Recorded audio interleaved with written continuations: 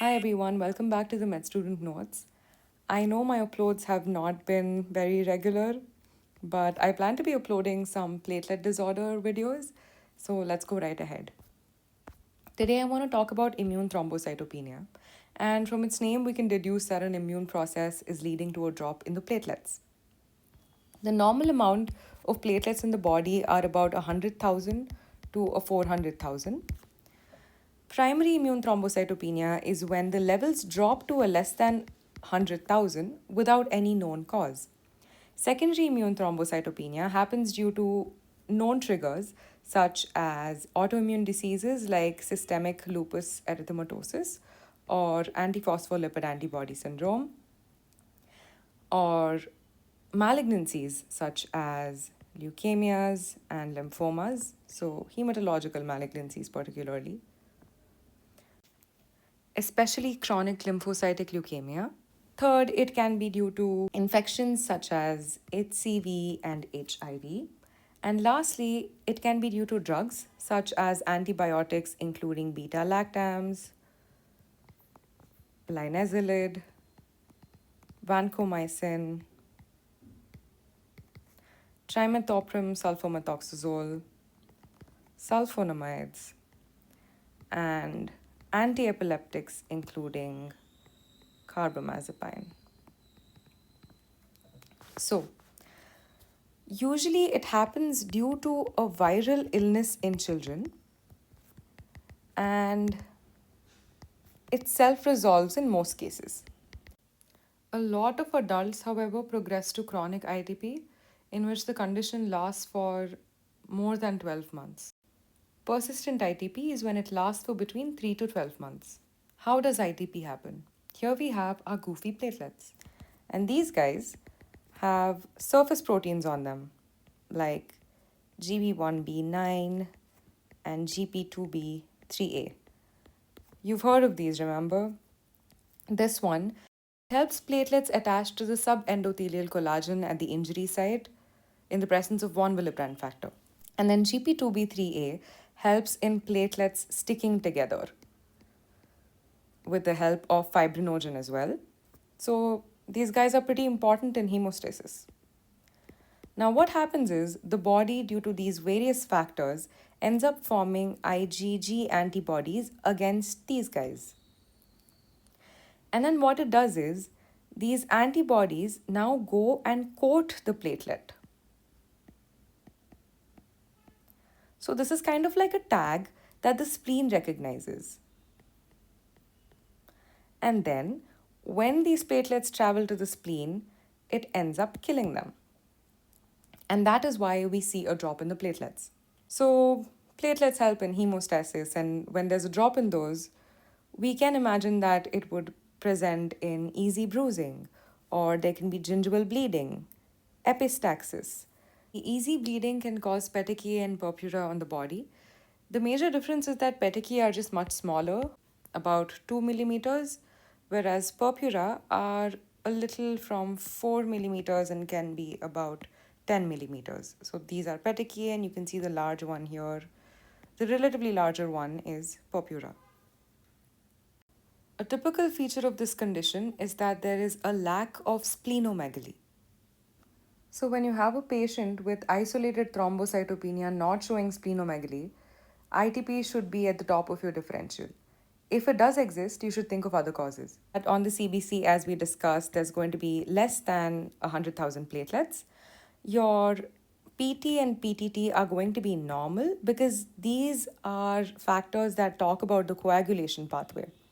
Coagulation pathway, remember, factors 9, 10, 11, 12, all of those.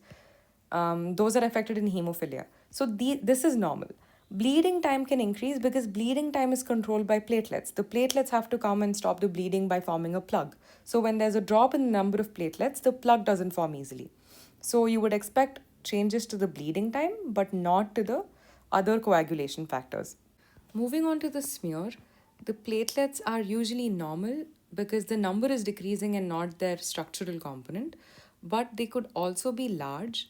Because there's peripheral destruction of platelets, the bone marrow revs up the production, And because of that, the precursors increase, which would be megakaryocytes, and those are pretty large.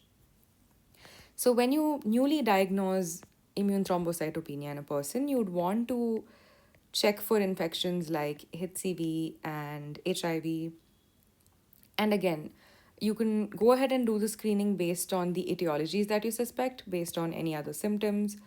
And if nothing seems very likely, you'd want to go ahead and rule out all the possibilities. You'd want to do a bone marrow biopsy if the lab features and your symptoms, everything together, it's not quite giving you a proper diagnosis yet.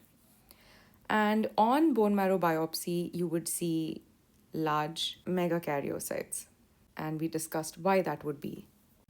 You'd want to pick the management based on the patient's presentation, if they need an emergency treatment, conservative treatment, or a first line treatment. But first, for all the patients, you'd want to stop the offending drug if you suspect it to be a drug that the patient is using that has caused ITP, and you'd want to stop any precipitating drugs. For example, if they're taking NSAIDs, they're going to further aggravate bleeding by stopping the platelets from clumping together. So you'd want to stop other drugs like NSAIDs in this case. You want to employ emergency treatment in a patient with critical number of platelets that is less than 10,000 if they're scheduled for invasive surgery or if they're showing acute neurological changes, which could signify a possible intracranial hemorrhage. And that you must be super cautious about. We should also be on the lookout for other sources of severe bleeding, such as a GI bleed. Emergency treatment consists of intravenous immunoglobulins, steroids such as dexamethasone or prednisone, and platelets transfusion.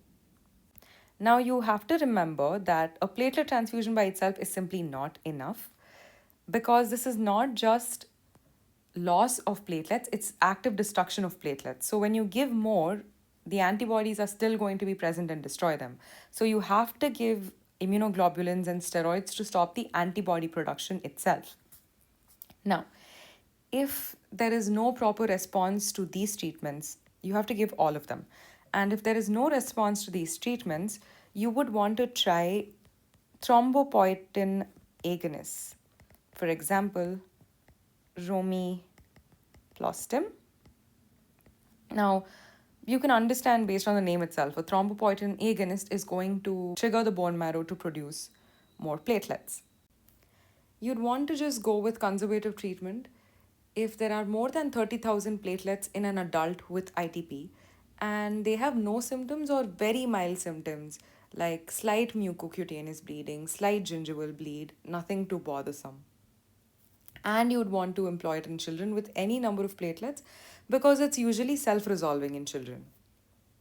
First line medical therapy will be given to adults with platelet counts less than 30,000. And it can be given to children, but you'd want to pick and choose, tailor to the situation. First line medical therapy is primarily steroids, which can be dexamethasone or prednisone. If this doesn't seem to be working, you can try IVIGs. In a newly diagnosed case of ITP, or a patient that is receiving the first line treatment but is refractory, or if the patient has persistent or chronic ITP, you'd want to consider thrombopoietin agonists like romiplostim. You could also consider a splenectomy because ultimately the platelets that are tagged are going into the spleen and getting destroyed there, right? So if you take the spleen out, it can be a radical cure. Splenectomy is indicated if there is resistance to treatment for over 12 months, and you'd also want to consider it in cases where the patient is severely symptomatic. You could also try rituximab, monoclonal antibody that is quite helpful in many autoimmune diseases. Now, the complications could be asplenic sepsis. Because of a splenectomy, the body is particularly susceptible to encapsulated organisms, so you would want to take the right care by giving the patients vaccinations and keeping them monitored for any sort of infection. So this is about immune thrombocytopenia, and I hope you enjoyed this video.